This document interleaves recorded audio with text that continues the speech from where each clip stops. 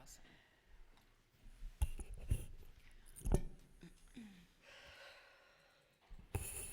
Good afternoon. Today is September 27th, 2016. The time is 2 p.m., and we are now ready to begin our briefing meeting. Welcome, everyone. First on the agenda, Executive Services, Dr. Adkins, regarding our Policy 801 and 2, Food and Nutrition. Dr. Adkins. Yeah, thank you. Board members, I'll just go ahead and turn it over to Ms. Patty Elkin and Mr. Sonny Stalmecki, who will take us through the pre-briefing for Chapter 8. Good afternoon, board members, superintendent. We are here to begin the full chapter review of Chapter 8, and I am pleased to share that there are only 2 policies in Chapter 8 for us to review, so this should be a little quicker than Chapter 1. Today we are going to do the pre-briefing, and Mr. Stelmacki is going to take you through those 2 policies and the changes that are proposed. If all goes well, then we will formally brief those on October 10th, and then we will come back for public hearing and board action on October 25th. So that being said, I'm going to turn it over to Mr. Stelmacki. Thank you. Good afternoon. Thank you. Good afternoon, board members. Dr. Atkins. We're here to pre-brief food service board policies number 801 and 802.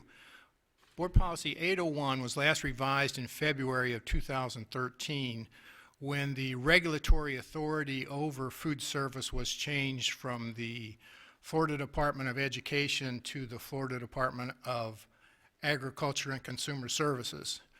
We've taken that current policy and we've reviewed it with Mr. Martin, and we found that we needed to make just a few revisions to that policy in order to stay compliant with current regulations.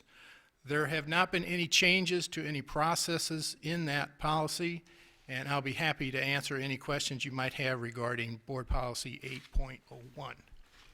Board members, any questions or comments? Okay, thank you. Board Policy 8.02, which is titled Competitive Food Service Sales, was actually almost totally rewritten back in June of 2014 when the Smart Snack in Schools regulations came out. We took that policy and we reviewed that with Mr. Martin also, and we also found that we had to make just a few minor revisions for clarity and alignment with the current processes that we're currently using to keep us in compliance with that policy. So there's no other real process changes to that one. I'll be happy to answer any questions you might have regarding Board Policy 8.02 at this time. Thank you, Mr. Stelmacki. Anybody, comments, questions? It's pretty self-explanatory. Thank you so much. Very much for your time. We appreciate it. Thank you.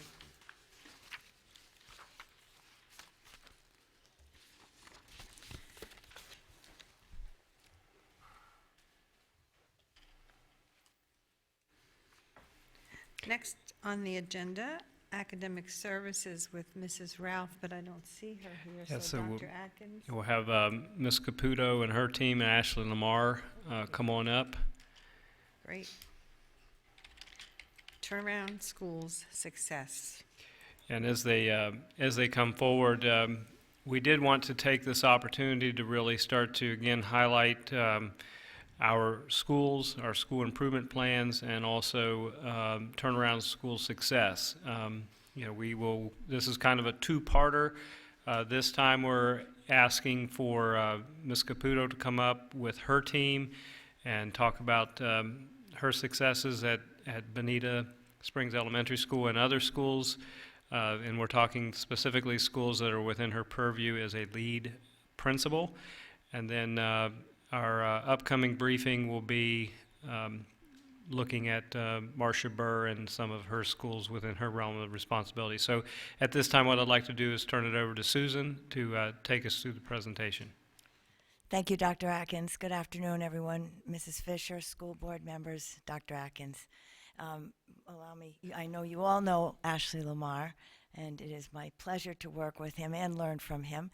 And I also have here Melissa Robinson, who has been with me for many years now, guess it's been about 12, and I am very fortunate to work with her. Melissa Robinson is our tech specialist, so she's going to run this PowerPoint here because technology is, to talk and do that is a lot, asking a lot.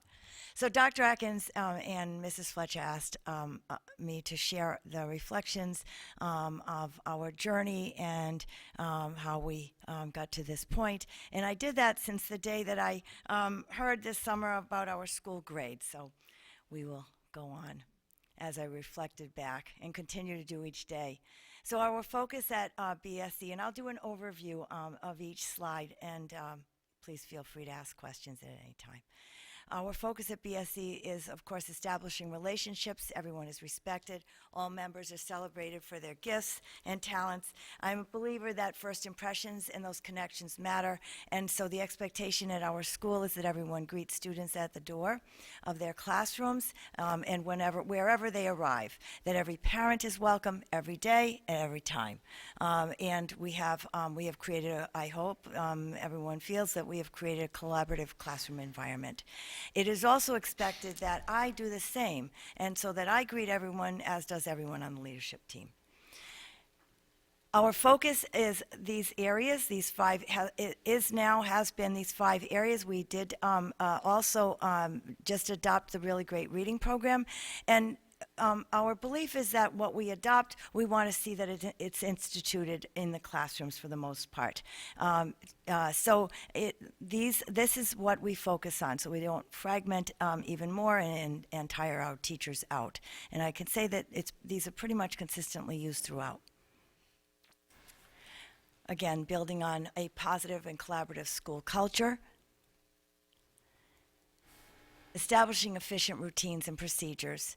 The academic and behavioral expectations are reviewed with the teachers, and so that they know what's expected and what they should expect in their classrooms. And it is also they are reviewed with the students. Assemblies are held at the beginning of the year and again quarterly with students, so that they know this is how we conduct ourselves here at our school.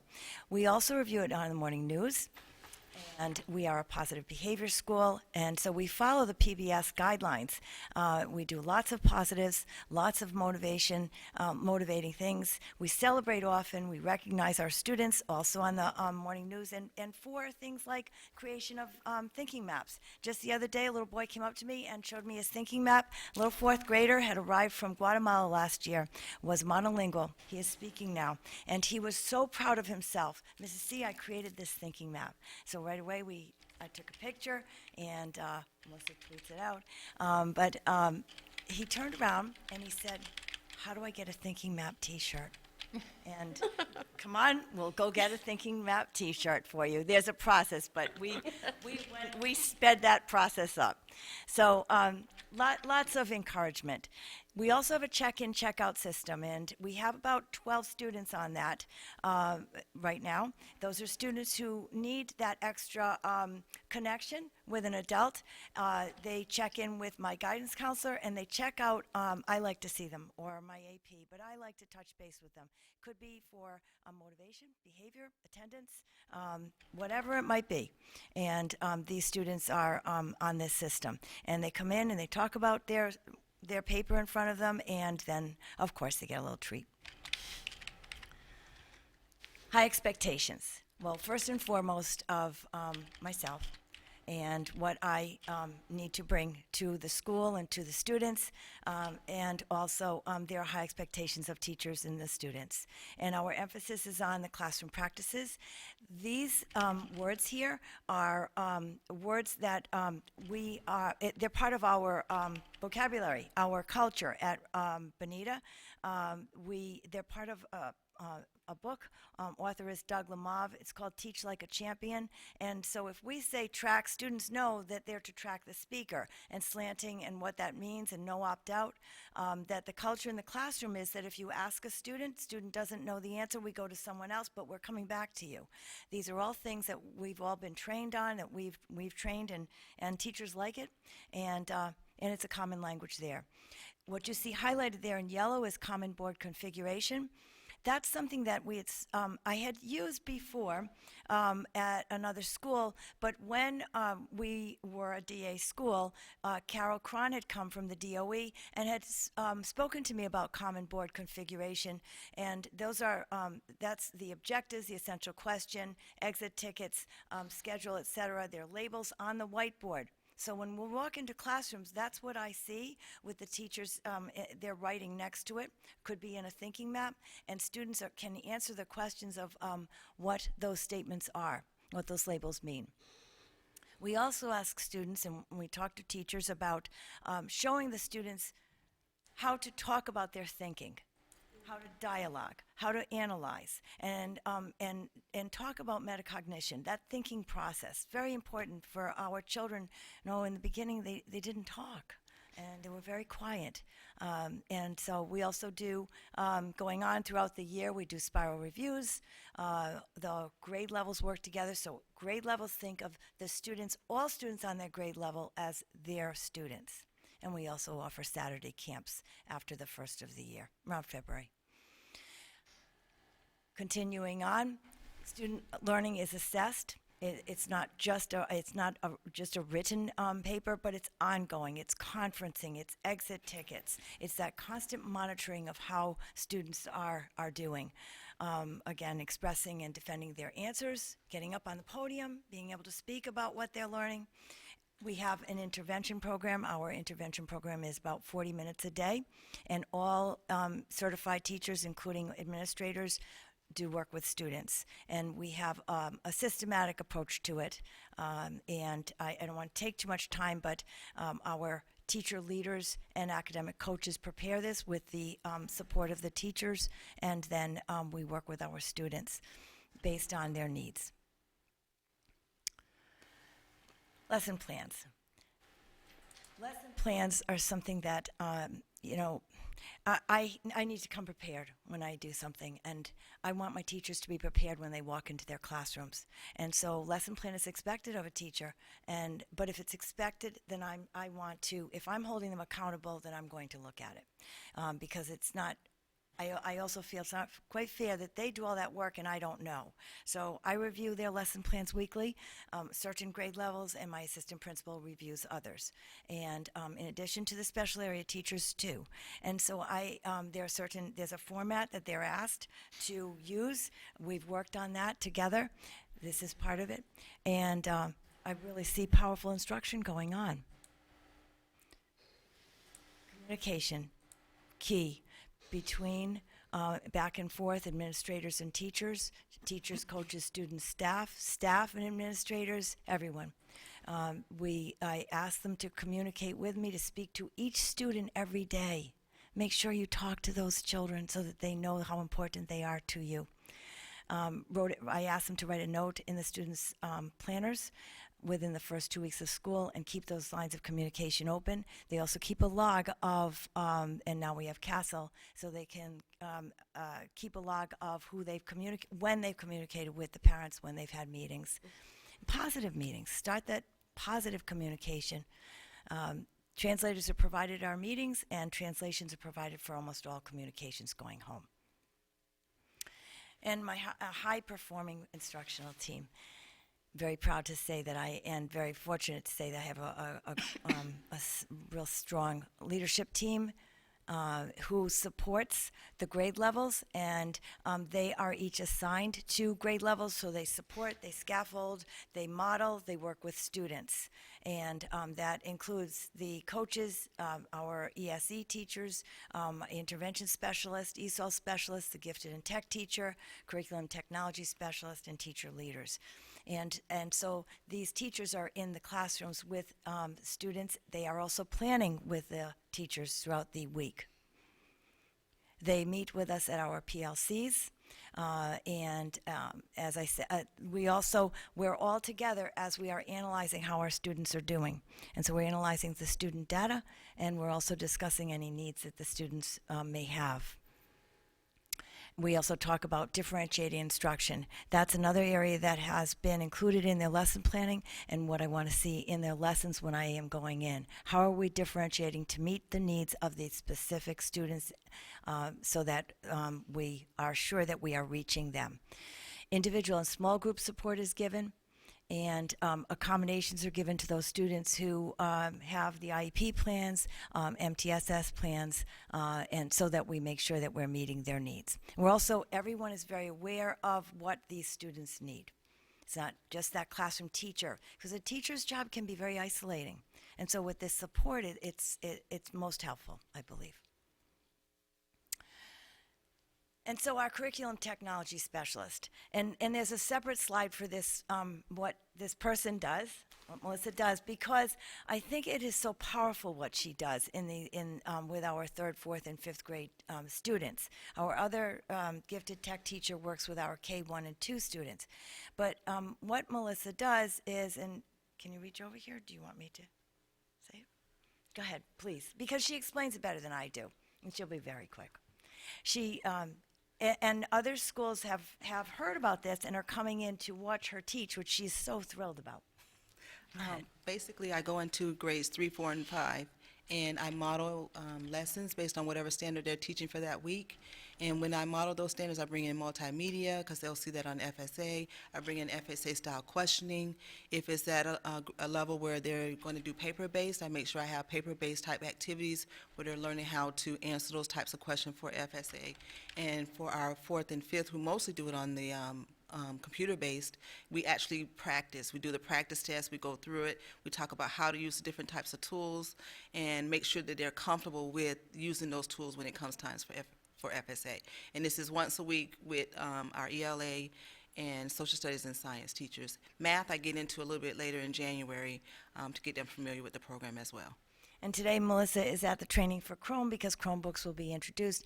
And the students, you see, it all came about because I think of myself, and technology is not a comfort area for me, but it is for children, and they enjoy this, and they're into it. And I walk in, and they're having a grand time working through these different sites, seeing the other day Melissa was in there doing a lesson on a comparison of text to a visual, a video. And so the students I walked around to ask them, which one do you prefer? And they could give me the reasons for that. That's powerful for our children. She's also trained our teachers on gizmos, and the students talk to me about what they're learning on gizmos. It's the way of their learning, the way things have changed. And she makes it come alive and be fun, all while they're learning. Accountability. Well, just as I'm held accountable, and as I should be, then I feel that we need to be held accountable for what we do. And so our teacher leaders and coaches assist with looking at our data. We have our PLCs every Monday. I am in attendance at them. In fact, if I have to miss it for some reason, then the teachers will ask me, you weren't there, because we're part of a team. We look to see what our children need, what we need to work on in order to help them.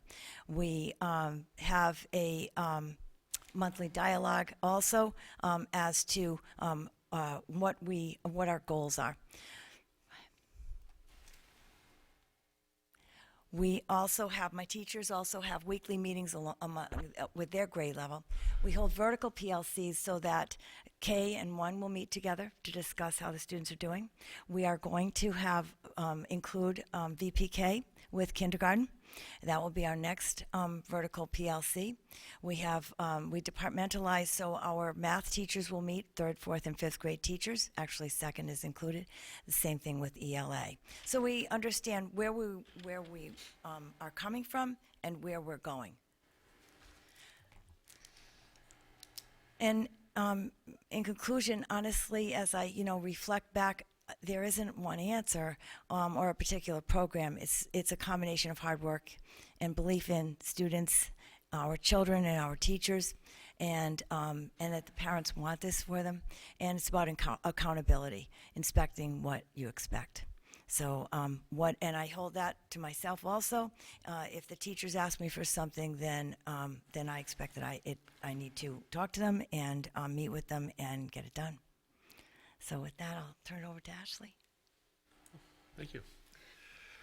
I've been fortunate, not just this year, but Susan and I, our relationship goes back a few years when I was in school development as a coordinator, and she was at Bonita Springs Elementary as a new principal, so we were able to work together a lot then in establishing culture and doing things a little differently. So I have the benefit of being able to see that some of the processes that she has been doing for a while at Bonita work. So been able to take a lot of that to Manatee Elementary to see what works, and really a big focus for me in this first almost quarter of the year, if you can believe it's almost been that long, is to really establish a culture, not just for the adults, but also for the children. And it hit me probably at the first part on open house when almost 700 families showed up. It was incredible. I loved it. I was just blown away, and there was so much excitement. I mean, the energy in the building, I think, could have kept the AC running. It was just awesome. And I thought, what do I do to make this happen every day, every single day? So I just try to get creative, and I try to put myself in the mind of a kid. If I'm a kid, what makes me want to come to school every day? What makes me want to run into this building? And I've always said that about elementary students. It's so awesome. They run into school. So why do we tell them to slow down? Of course, we want them to be safe, but we want to capture that excitement. So I try to see things through the eyes of a kid. Okay, if I'm an 8-year-old, what is it about school that's going to make my day awesome? Because I want to make every kid smile every day. And now they're coming in smiling, so it's wonderful. And if I'm a teacher, what do I need from my principal if I'm a teacher to say, oh my gosh, I'm not hitting snooze. I'm getting up and I'm going to work because I can't wait to get there because I know today is going to be more awesome than yesterday. So I've been doing a lot of research, doing a lot of reading, and it's amazing for those of us who have had the privilege of being able to do that throughout our careers. A lot of things actually work. You look at the results and you think, well, that worked there, but would it work here? And a lot of these things about building culture and staff engagement and student engagement, they work.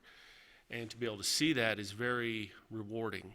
So just a big focus with getting children to take pride in their school. Because I think back on my own childhood, and some of my fondest childhood memories are attached to school. I had a great school experience, and that's what I want to create for all of these children. So just supporting the teachers, supporting the families, supporting the students, and really making Manatee Elementary a wonderful place to be. And a lot of the other things are falling into place naturally. It's been great. And Susan's been a wonderful supporter of that. She's come out to the school several times. We walk around. She offers up some things and throws out a few ideas. I throw a few ideas back at her, and we agree to try things out and say this worked or this fell flat. But the reality of it is we're not afraid to try things that are going to benefit the teachers, that are going to benefit the children and the families. So just to add a couple things, one of the things when you look at the success of Bonita Springs Elementary School, she did mention some of the major components, but you see a real focus on high expectations, as you saw from her presentation. You see a leader who is not afraid to, literally to get down on her knees with kids and provide instruction, and to set an example for her students. And in a similar fashion, I had some pictures that showed up. I think I might have shared them with you from Mr. Lamar, who also is out there, greeting students every single day, just like Mrs. Caputo, and setting that positive culture in the building. And then, again, a culture where high expectations are the norm, where they're very, very children-focused, where they do assessment in the proper manner, which is we don't just, take a test and put it in the grade book. We are assessing students for how well they are doing, and then we are providing intervention where it's needed. We're reteaching where we need to reteach, so that we make sure that kids learn to a mastery level. And she has been made a principal lead for a reason, and so these are the practices that were successful, that literally brought her school from statistically a failing school to currently an A, but she can share these with her other 6 principals, and I think spreading best practice throughout the district. So we wanted just to highlight her school and also Ashley, because he's one of the schools that she's charged with helping coach, and I think we're going to have a really great year as a result of the work that they put in. Awesome. Board members, comments? I just had the pleasure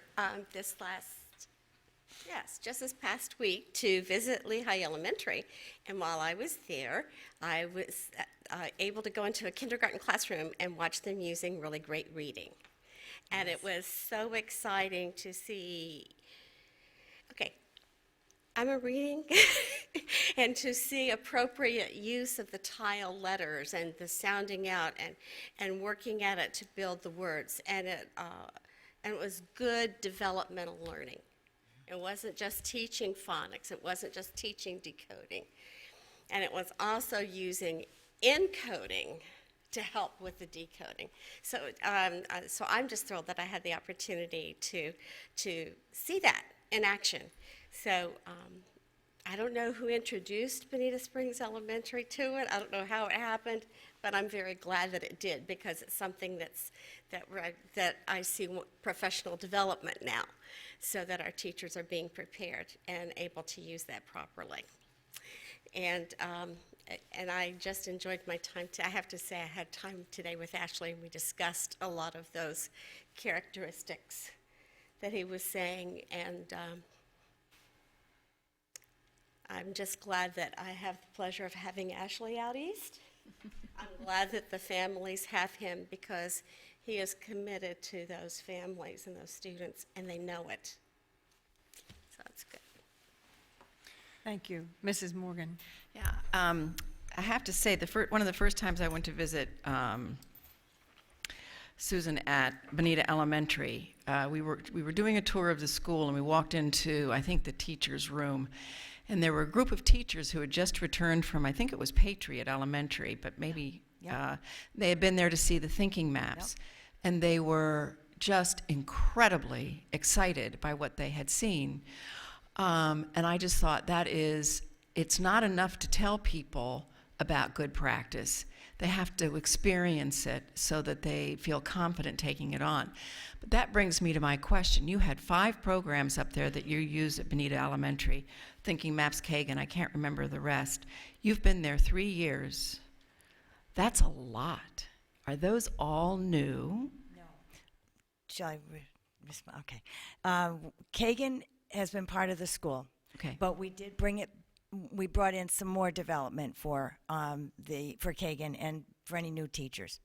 And then they can get that also through the district. But in the meantime, we have 2 people who are coaches, and so that we present that, or they present it to the teachers. They go into the classroom and model Kagan strategies for teachers. In fact, just had it done. I asked the coach to go into a classroom of a teacher who is newer to our school, and he wanted some help with it. Let's see, Thinking Maps. Thinking Maps was introduced just as you said. The teachers went to the Patriot, and then since then, everyone is trained on Thinking Maps, and we've had them come out. So that's been ongoing since I've been there. TLC is Teach Like a Champion. That's a book. And it's Doug Lemov. And the story behind Doug Lemov is that, and many of the schools use it, many of the principals have used it. It's really very simple. This gentleman did a study on schools and wanted to know how students performed depending on their socioeconomics background. And so, of course, he found that students in the higher socioeconomic from higher socioeconomics did perform well. However, there were these, when he did a scatter plot, there were there's random areas, and he thought, well, these are high poverty. What's the difference? And so he went out to those schools, and he found that it's the teacher. It's the teacher that makes the difference. What are the strategies they're using? And they're these simple things. And I was asked to give something similar to this talk to other principals, and in it I showed a little video clip of it so that if there was anyone in there, because there were some APs and other curriculum people, if they didn't know about it, this is just simple.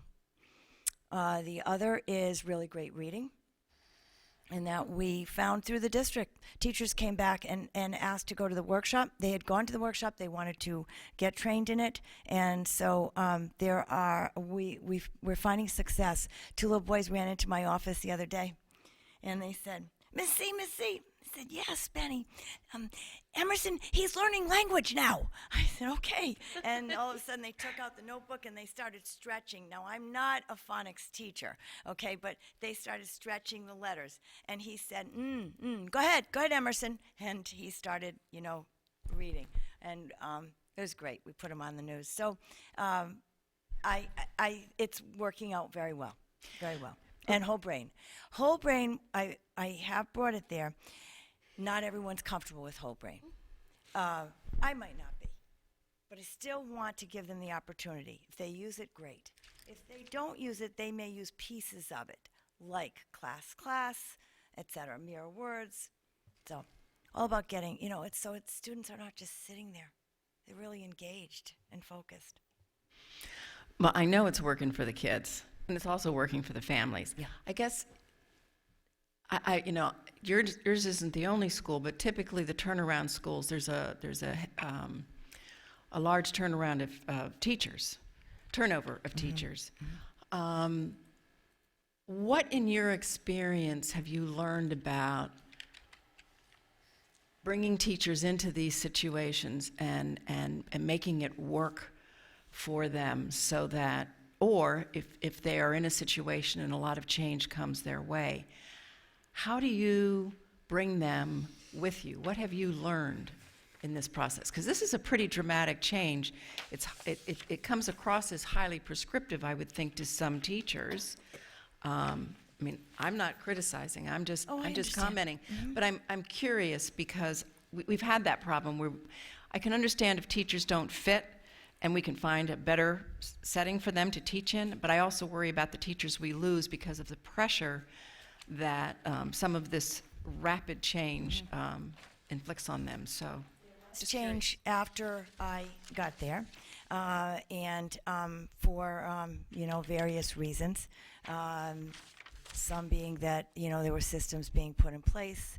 For the most part, they chose to leave. To be honest with you, they did. In fact, in the first week, I didn't have custodians. I was cleaning with them, and we had things to do, and we needed to get the school started. I had a week and a half, 2 weeks to get started. So around this year was minimal. We had a girl who returned to New York, a girl who returned to Michigan with her husband, and another one who, personal reasons, wanted to move to a different area, had just gone through a personal crisis. Would love to get her back, but we can't do it during a school year. Anyway, other than that, and someone went to a middle school, because they live on the Cape. We take them, we guide them, we support them, we scaffold, we work with them, we plan with them, and that's not just words, it's true. We do. And they know I'm there. I'm there until 7:30 at night, and they know the door's open. Come in and we will work with you. So anyway, and some adapt, some are more flexible, and we have to understand that. And I think at this point, I would hope that I know that, after so many years. Everyone changes, everyone adapts and changes differently, but we find their way. And as long as they have the drive and the passion, and they want to, and they like kids, they love kids, then can't ask for more than that, I guess my question would be then, Dr. Atkins of HR, when you have this kind of change happening in a school, how do we facilitate the movement of teachers out who are not comfortable with the new environment, but perhaps would be very successful in a different, less stressful setting? Does HR work with the principal to transition people in and out? How does that? Yeah, HR works directly with the principals, and what we like to do is to, the principal is often, our best reference for that teacher if they're moving from one school to another, and we've often will actually help the principal to help facilitate that process. The other piece is that Dr. Pruitt's crew literally works with these teachers, one-on-one to try to make a good fit, because what we have found over the years is that if she just places a teacher in a building, just randomly say there's an opening there, boom, we're going to put that teacher there, the chances of success are greatly minimized. So it's a very laborious process. It takes a lot of time, but they try to make a good match. Sometimes it can be a bit frustrating because it takes so much time to get that match, but in the end, it's typically worth it because you've got a principal that wants the teacher there and a teacher that wants to be there. Thank you. And one last question. Have you thought about doing a Spanish PTA? There are some schools that run 2 meetings, one for non-English speaking and one for English speaking. We do, we translate ongoing. I'm glad you asked that, because, so we translate ongoing so that the presenter presents and we translate, and depending on, how, but all the way through. However, we just had a VPK meeting on campus for the Head Start program. And we had primarily parents who preferred the meeting be in Spanish, but we did have a few who wanted it in English. And what we learned from it is that we're going to run 2 separate meetings. I wasn't on campus that day. I wished I had been anyway, because I would have navigated it. But we learn, and that just happened about a week and a half ago. So we learned through trial and error on that one. Yeah. Thank you. I really think what you've accomplished is extraordinary. Thank you. And I know it's because you work 24/7, and I know how closely you work with your staff, and it really has been a transformative experience for those kids and those families in that community. So thank you. And may I just say that when I go to his school, Mr. Lamar, Ashley he's like a celebrity to them. The children absolutely do run up to him and love him. In fact, one of them said, "Hey, you weren't there yesterday. Where were you?" And you see it in everyone, from the head of the cafeteria, kitchen manager, to the custodians, to the parents walking in, and I speak honestly, they do. I And had to learning. throw the central office under the bus on that one and say there was a principal meeting. So. Great. Board members, any other comments? Mr. Toiber. And thank you, Ms. Caputo. It's just refreshing to see your pragmatic approach, but it's that works. It really is. I really appreciate that. And Ashley, when you were at Hector Cafferata, you had the elementary experience, and then I think when you were at Royal Palm, I think you were in your element. And you were so great there, and so now you move to Manatee and you ask the question, what do you want to be when you grow up? Because you're not growing up, and that's a good thing.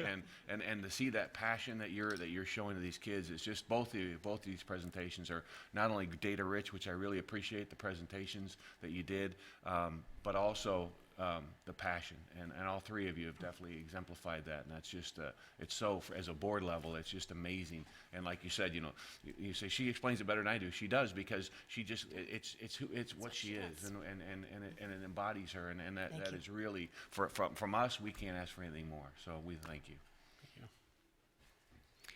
Any other comments? I just want to say that I'm really impressed, in addition to the pieces that Mrs. LaRiviere and Mrs. Morgan and Mr. Toiber addressed. I used to work with a principal who used to say relationships, rigor, and relevance. And I heard today relationships, respect, and recognition.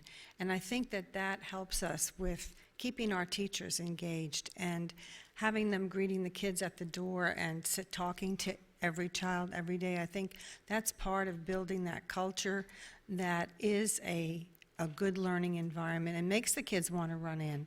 And Ashley, I know that you're a kid at heart and you practice a lot at home too. And I think that when you love children, you get that, you get that result, and you get that child who was a monolingual last year and who is now speaking English and reading and drawing a thinking map. So just keep doing what you're doing, and we thank you for that. Appreciate it. Thank you for the opportunity. Thank you. Okay, thank you all. And thank you, Dr. Atkins, for your support.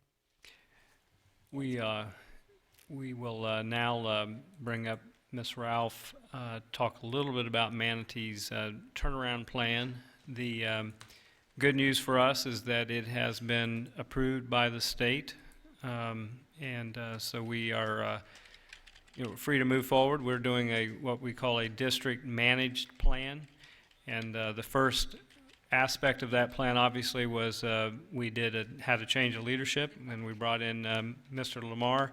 And what we have found again and again is that if we start with a really great principal in that school, and we start to bring a really good, high-quality instructional staff around them, that they will get that school turned around. So, like with James Stevens, I have very high hopes that, and really with a high degree of certainty that Ashley and his team are going to do great things at Manatee. I dropped by one day. On my way to work. I was a little bit later than normal. Thought, well, let me swing by the school. It's a Friday, nice day to stop by, and just walking in the building, you can. He had no idea I was going to show up, but the energy of the building was evident to me walking in. So, that's again why I think that this turnaround plan is going to be successful. We're starting with a great leader. I also have to say that.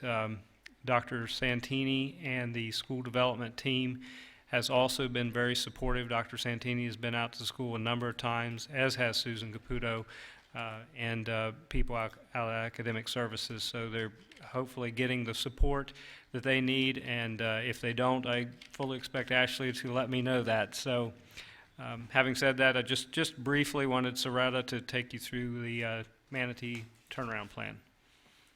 Being Ashley happens to be here this afternoon, I decided to grab him and let him sit here with us for just a minute.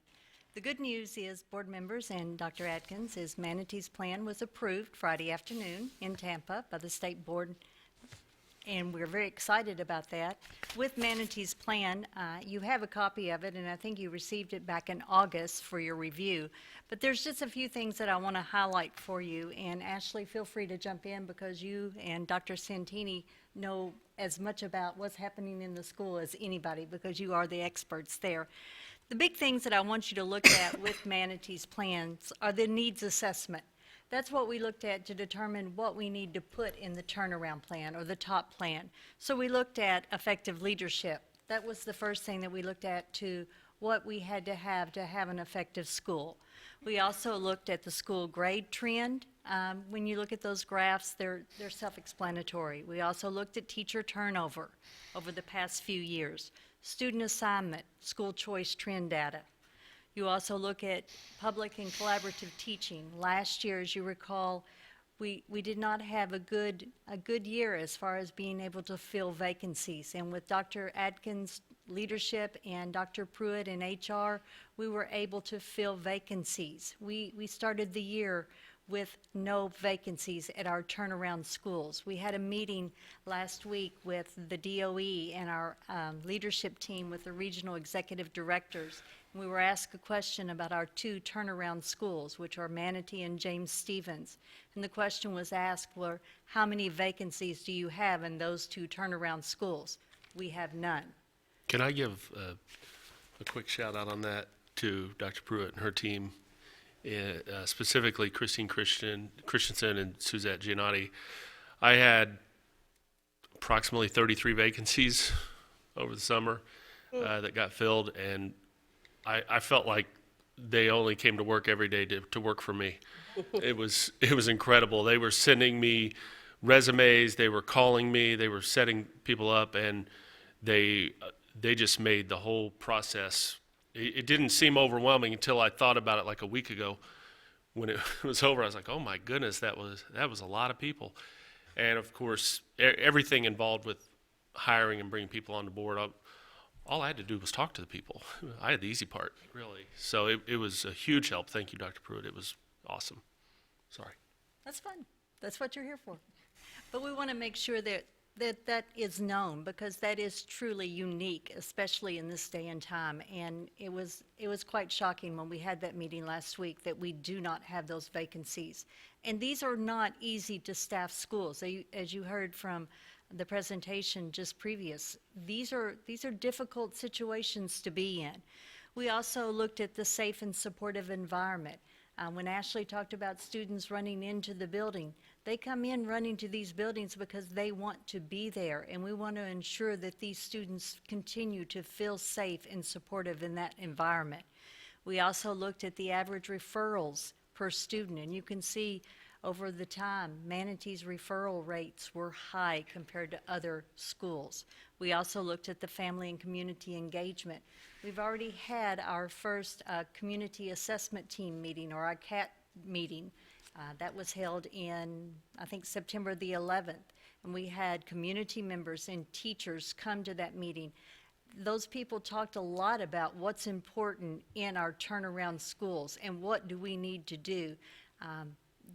Jerry Ware came and she talked about the have-nots and what we need to do to ensure that the have-nots have. And we want to continue to do that. With that needs assessment, we then looked at what turnaround option we needed to select for Manatee, and that turnaround option was a district-managed turnaround. And with this, in Dr. Atkins' guidance, we selected the district-managed turnaround, but we want to focus on personnel. And with personnel, we want to continue having those meetings to ensure we're adequately staffed, but just having those people in the buildings, we have to continue to provide that support and training. We also provide leadership development for the principal. Principals have a tough job. Ashley's involved with NISL. He's going to be involved with NISL coaching so that he continues to focus. It's a tough job being an administrator. There are so many tasks that are on his plate, so he has to work to decide which is the most important thing that I have to do today, other than smiling every day when they come in the building. And that's very important. We also have to look at core content and curriculum support. We have our PD&Ls, we have our TIF teacher leaders, but we also have to ensure that those teachers stay happy, and we have to mentor those teachers. We have to provide that support, that they understand how to provide that instruction with really great reading, that they are able to use iReady and Star 360. So we have to continue to provide that support. And we also have to continue to making sure that family and community engagement is there. And that's what makes a good turnaround plan. And also the chats that we're having with the data chats and our principal leads being in the building, with Dr. Santini doing those walkthroughs, and our regional director being here every month and having trainings with our school improvement plans. And that's what we've been doing all day. We've had staff in the buildings working on school improvement plans. So that's our turnaround plan for Manatee that was approved last Friday. Questions? Comments? Well, I'll offer one. I think the way the pace with which we're addressing some of these troubled schools is really striking. And I think the fact that we have people who are willing to go into these schools, principals and teachers, is a real statement about the character and the commitment of people in this district. To think about some of these schools that you're writing these plans for, and the turnover in staff, and what they're asked to walk into, and the fact that they do it willingly because they follow their leader. I think it's a real tribute to you, your leadership, and the leadership in the central office, and your reputation. People and Susan. So that's my comment.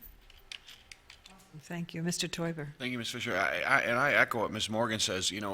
We for the last several years, we've had failing schools, and that's all we've had was failing schools. And we never really, I mean, it was embarrassing, and it just kept seeming to be out there, and we didn't have a plan, and we didn't have a focus, and we didn't have improvements, and we didn't go anywhere.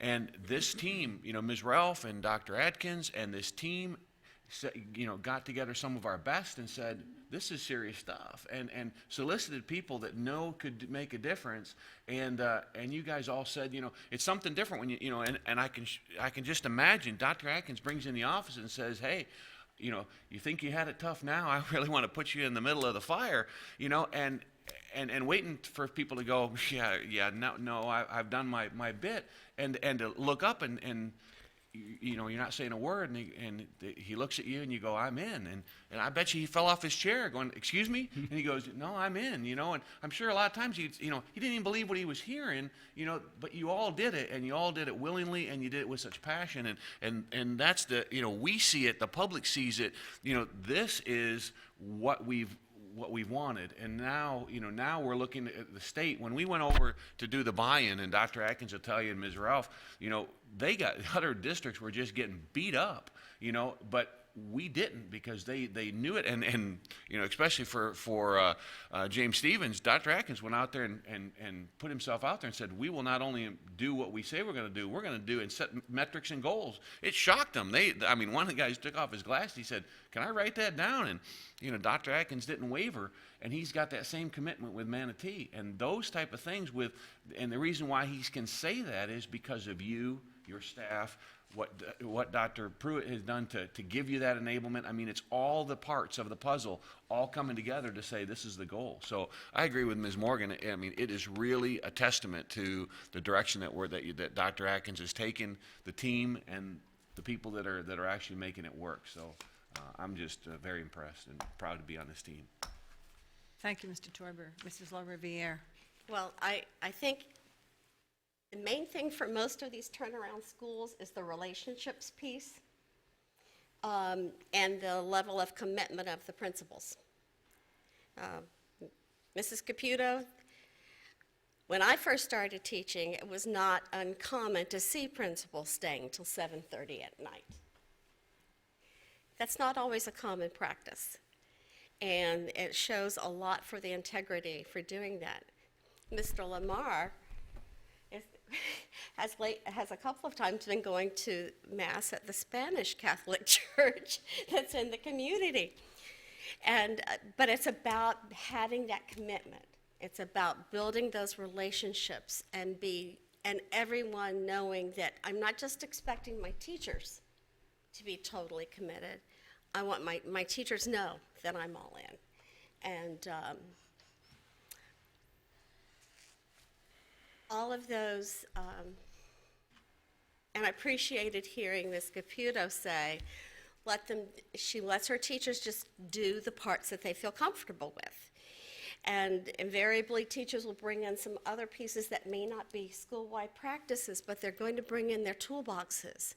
And they're going to use everything because our kids are worth whatever it takes. And so that's the mindset that we have for the two of you as leaders, and you're not the only ones, but I just want to thank you for having that level of commitment. Mrs. Dozier. There's an old saying that all students can learn, and unfortunately, there are schools out there, and we have had schools out there where the culture was that all students can't learn. But it's obvious from what I've heard today that the culture has changed and that you are believing that all students can learn. And, that's something that is very important to every parent out there. One of the things that I say is that, the parents don't send us their second or third or fourth best. They send us their very best. And every one of those students deserve a quality education, just like the ones that are sitting to their right and sitting to their left. So I appreciate, Ms. Caputo, what y'all have done and what you're doing with sharing your leadership abilities with everybody else. And I certainly appreciate what you're doing rock star out there in your community. So keep up the good work, and thank you. And I'll just conclude by saying thank you once again. And it is the relationships and focusing on the children and supporting the staff that makes you all and all of us a great team. So, thank you. Did you have anything else, Dr. Atkins? Well, just I appreciate that you all recognize it is certainly a team effort. One of the things that went in, we had so many administrative changes over the course of the summer, and that doesn't happen without data analysis, which the school development and academic services, research and accountability provided to help us drive these decisions. You know, looking not only at the data of the schools that were struggling, but also the data of the principals that we are recommending to go to those schools. So Shanna and her folks certainly did a lot to provide us that information. And then finally, you all supported all those changes, and those did not come without controversy, and I appreciate the strength and the courage it took to support all that. I appreciate it. Great, thank you. Okay. Next on the agenda is public comment. Mr. Martin, would you address the issue of public comment? School board policy provides the opportunity at this point in the meeting to address the board concerning any matter on this briefing meeting agenda. The subject of comment is limited to the items on the agenda. The time allowed per speaker is 3 minutes. Is there anybody on the right side of the auditorium who would like to speak? Anybody on the left side? Mrs. Quackenbush, will you please approach the podium? Information. It's great to see the information on turnaround schools and see good news. There's some other items that perhaps we can help turn around, and I wanted to bring forward a letter that I got from a parent who was very upset about an English class in 10th grade and the types of materials he was being exposed to there in curriculum. And it included questions about keep or lose your traditions, open a door for a female, using Native American symbols for sports mascots, women taking their husbands' last names when they marry, girls and boys' toys that are separated with color, pink and blue, not allowing popular vote of Americans to choose a president, the electoral college. And then there was a questionnaire supposedly on the lottery that talks about I would go along with tradition even though it goes against what I believe personally. Given no other option, I would sacrifice one human life if it meant saving many others, and so on. Quackenbush, I have stopped your time. Just to provide you a caution, again, the subject of comment at the briefing meeting needs to be an item that's on the agenda. This is about curriculum and changing how our schools go. This is a Turnaround letter plans is about. on the agenda. If you'd like to address that issue, you may. Thank you. This gentleman says it better than I could, so I'll just read his paragraph. We love Riverdale High and understand that sometimes you have to teach a federal curriculum that you do not choose. But remember, you have the right, as an American citizen, to stand up for what's right and righteous. You choose to be educators, not indoctrinators, and our children deserve to be taught the truth about all things. I say rise up and stop the federal overreach of our educational system. English class should not have innuendos about sexual orientation or transgender learnings, should not question the sanctity of our national anthem or our flag, and it must surely not ask my child whether to blindly follow authority, especially given the current authoritarian leadership in the country's White House. So this was his feelings, and I think we should be ever mindful of making certain that English should be teaching English, not indoctrination or psychological profiling.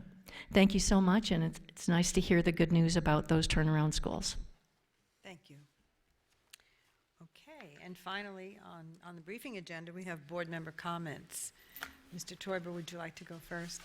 Just one, I would just like to ask if the board, as soon as we finish this, the briefing, if we just want to take a 5-minute break and go right into the workshop, and then we'll move that along, so if Mr. necessary. Tarver, the workshop meeting is noticed for 3:30. Oh, it is time certain?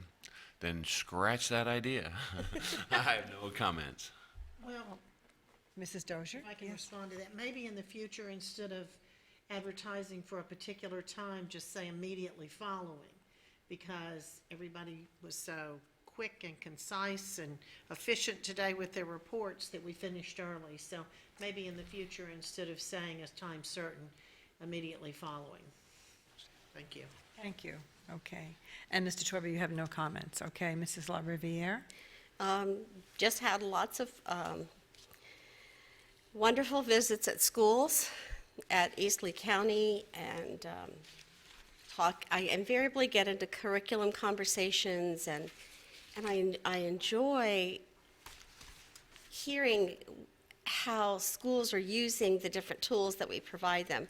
So at Eastleigh and at Riverdale, there was excitement over the STAR reports and how they can use those reports and provide real information for the teachers at the high school level, so the teachers know where the loopholes are and how to meet those needs.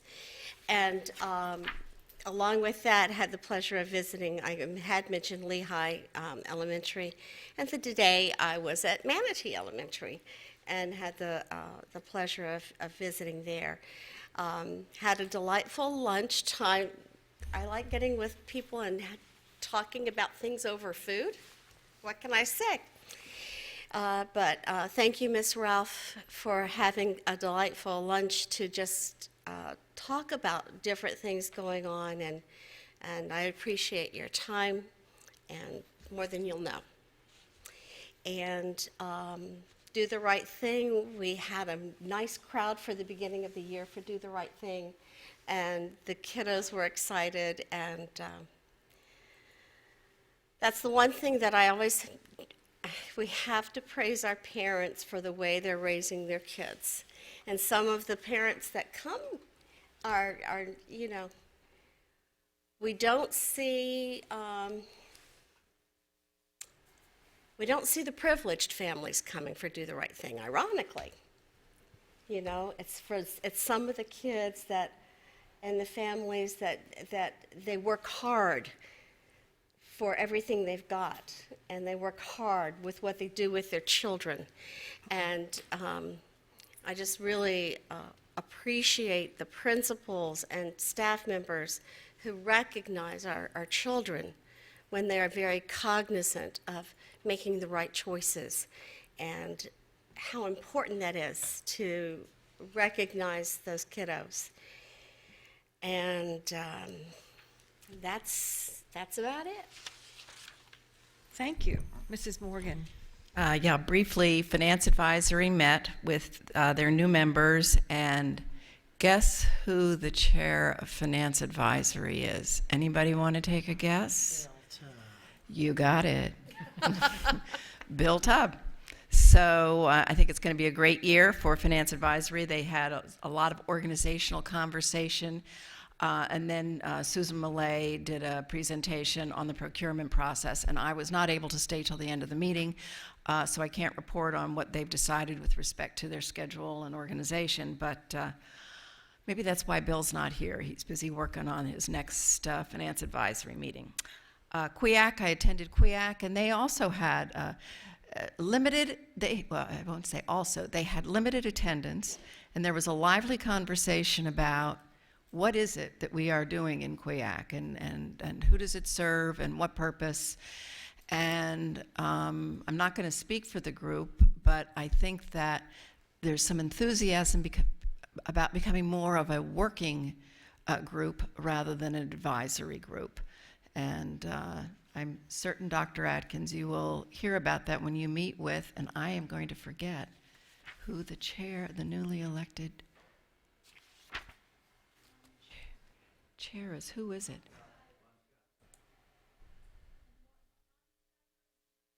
Oh, that's it, Ron Schuyler. That's right. Thank you. Ron Schuyler is the new chair. Thank you. And that's my report. Thank you. Mrs. LaRiviere, did you forget something? I did. Okay. Kudos to everyone who helped pull together the forum for last week. It was Yes. great. Staff was well prepared. I believe that community and parents got a lot of information. It just occurred to some of us that some of the schools had not had their SAC meetings yet, and so they may not have selected their DAC personnel. So a suggestion that I heard from some of the parents who were there was to maybe next year, see, they want it again, so they liked what they saw, but they just suggested that next year it be done in October rather than September.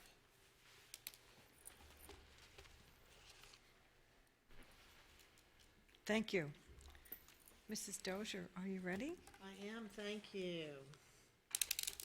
Last week, I had the opportunity to, well, actually, I'm sorry, it was 2 weeks ago, I had the opportunity to attend the FSBA Board of Directors training, and also, part of the training was to go and visit some of the academies there. And one of the academies that really I was so excited about, I couldn't even contain myself, and it was an aeronautical academy, and it was a Air Force academy, because the gentleman that I have been talking with Private Sky was not aware that there was another academy. He didn't think there was one in Florida, and there was. And it is absolutely unbelievable. And they also, I brought you a poster, they have one of the largest air shows in the country. In fact, some even pin it as the largest air show. It is completely run by the kids in that school. I mean, they bring all of these, people in there. But the thing is, this is what I want to tell you. That school started out as a hangar, nothing more than a hangar. There was a gentleman that owned a hangar, and he had a little runway that was just, it wasn't very much, but where he kept his plane, and he flew in and out of there. Well, he moved to Naples, and the school's only been there for 4 years. And he said, he went up there and he said, would y'all like to do something with this? Maybe start, an air school, a mechanical school. Oh yeah, we'll take that. So they took the hangar and they transformed it into like a learning area for kids. He went up there, the second time he went up, he was so impressed that he said, I can't believe this. And then he said, can y'all do more with this? And they said, absolutely. If we had a high school attached to this, we could have a full-blown ROTC school. It's a Air Force Academy. And it's an Air Force Academy school with flight and mechanical training, plus regular school. And the guy said, how much would it cost you? He wrote the check out for $44 million to build a high school. We have philanthropists I know just like that here in Lee County. And I wanted y'all to see this. There were several academies. I only got one of these, and I'm going to attach this to my report that I'm going to send around to all of you from the office, and if you'll just sign off of it. But you can look at, we have a lot of academies, but Polk is not quite as big as we are. We used to compare ourselves with Polk. But Polk also has a lot of industry there. And, I was talking to the superintendent about this after I came back, and I said, one of the reasons I can see why they have so much industry comes into that community. Number one, it's because the land is cheaper there. It's basically an agricultural area. And, people don't want to come to an area that's going to be deadlocked with traffic. Mm-hmm. So there are several reasons. So we need to have some conversations with our Horizon Council, because we might want to look farther out to do some of these things that we are trying to do. Anyway, I have then we had the Board of Directors meeting, and we also toured before I went to the Board of Directors meeting, they have an electrical academy where the kids are actually learning all about electricity. They partnered there with the local company. I mean, we have FP&L here. In fact, fortunately, FP&L has contacted me, and it just so happened that it all kind of hooked together, and I've got a meeting with them Thursday of this week to follow up on our district-wide energy plan that we started years ago. And I'm going to pitch this to them. Would they be willing to pay for a academy if we were to set up a power academy, and then, let our kids come in and do internships, but then they guarantee kids jobs and so forth? Because that's one of the things that we're hearing from the community is, that we have, the majority of our kids don't go to college. We don't have enough for them. Every time I go anywhere, I get hit with that. And so we need to step that up. And if a rural community can do that, I know we can certainly do it here as well. Board members, as far as the Board of Directors, the President gave a report, the Vice President. What I'm going to do is just, I'm going to make a copy of this and let you read my notes. If you can read my chicken scratching, I was just taking notes fast and furiously. But the one thing that I think affects all of us is They've changed the way that we will be receiving our CBM points. It's no longer 18 points, but now it's 15 points.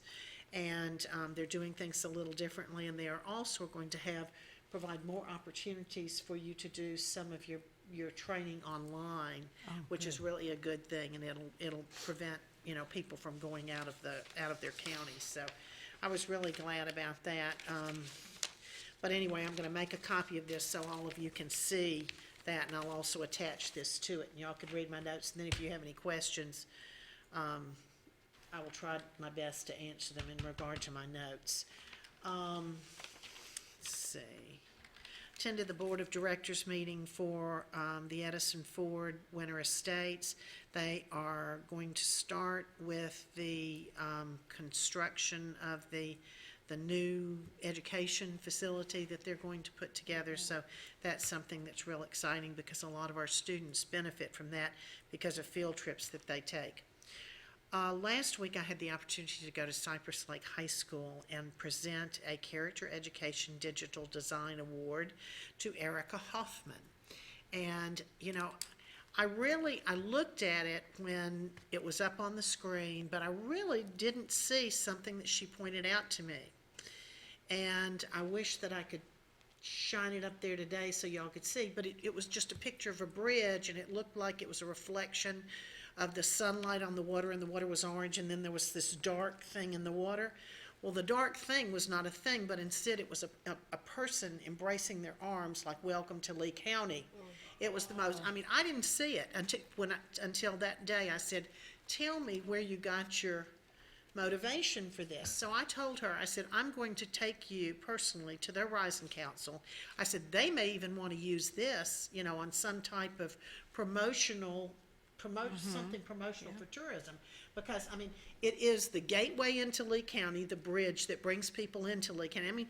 It was awesome, and I thought, wow, that was really powerful. And seeing our kids do things that they can see, life experiences. I was so impressed with Mr. Gare and everything that he's got going on in that classroom. The kids are doing practically everything in that school that has anything to do with digital technology, and it's absolutely amazing.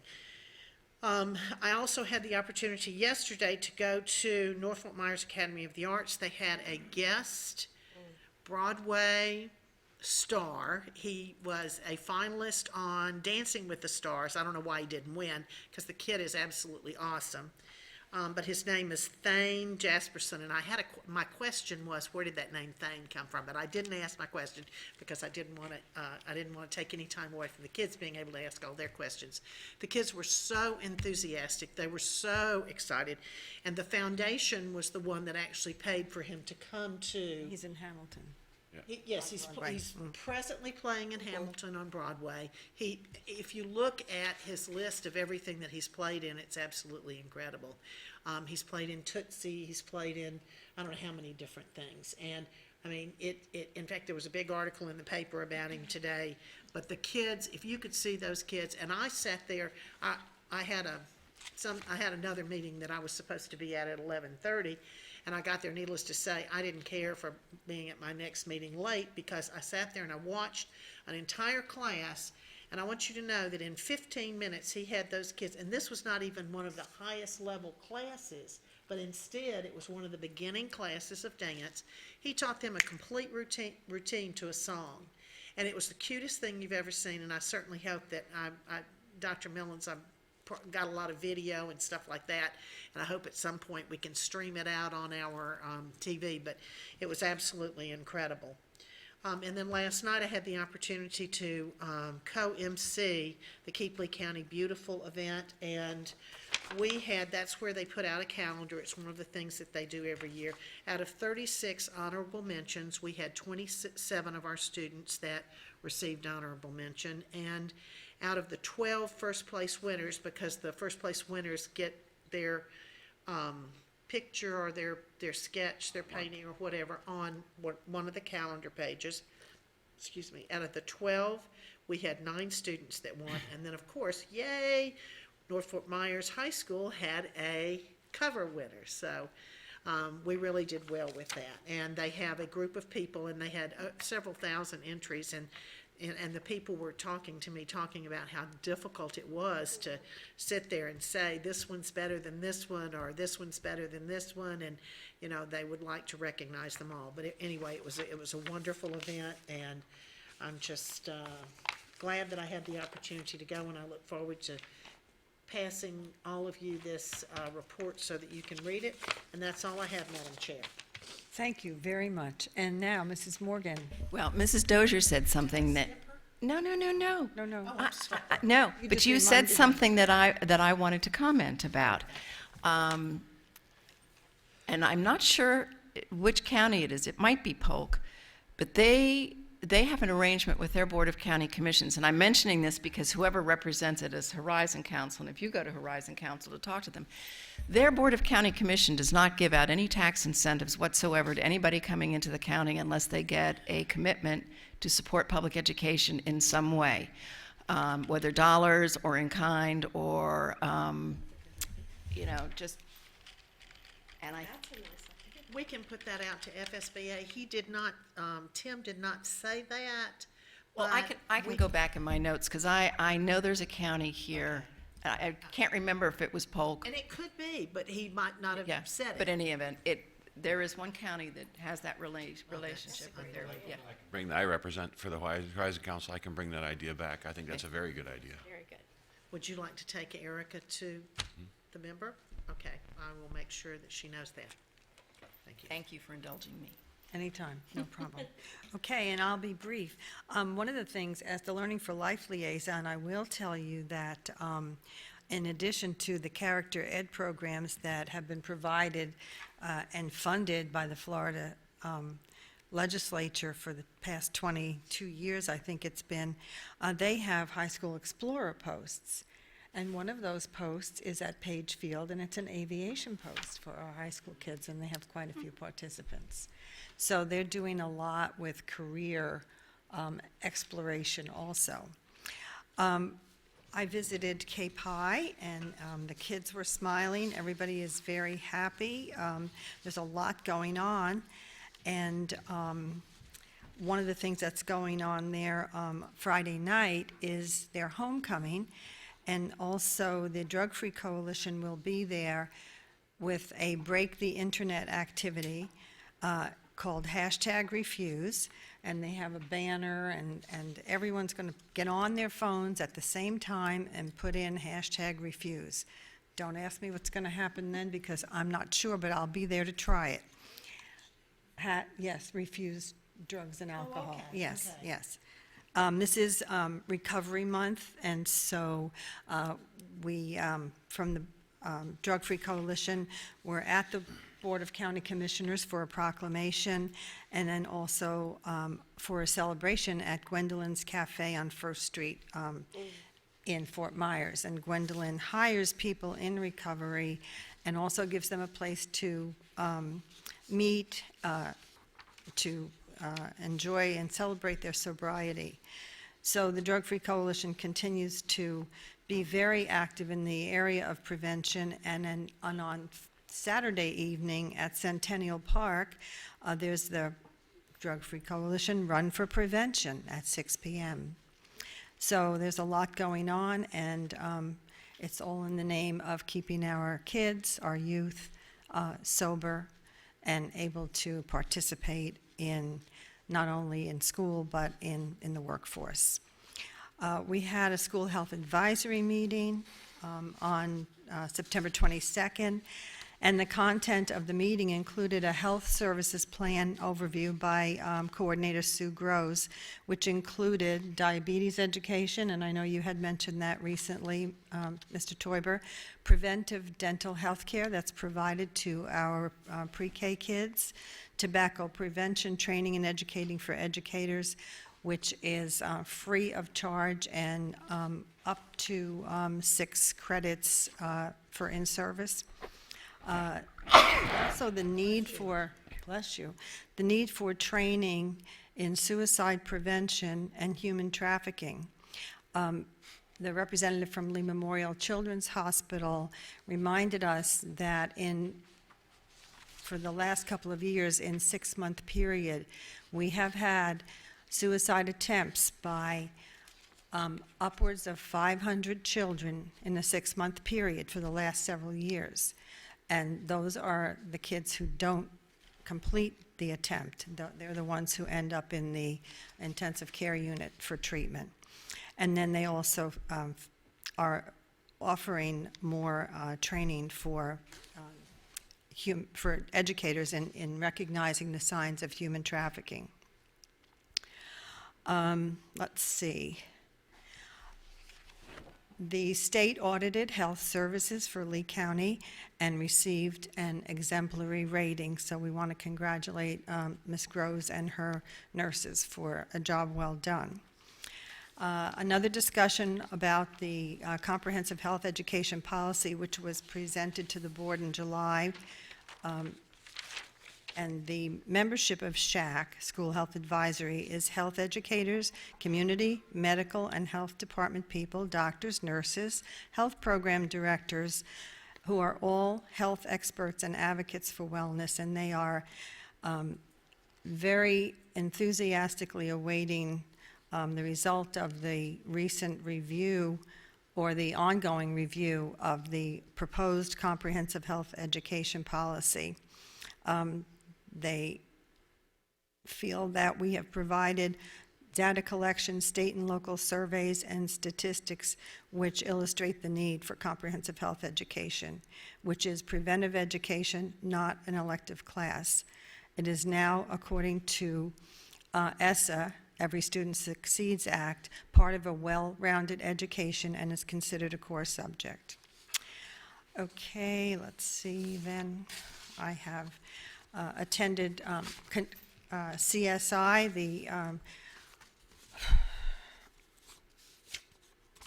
Strategic Plan Review Committee, and every year the CSI members review components of the district's strategic plan in order to provide ongoing input and recommendations to the board.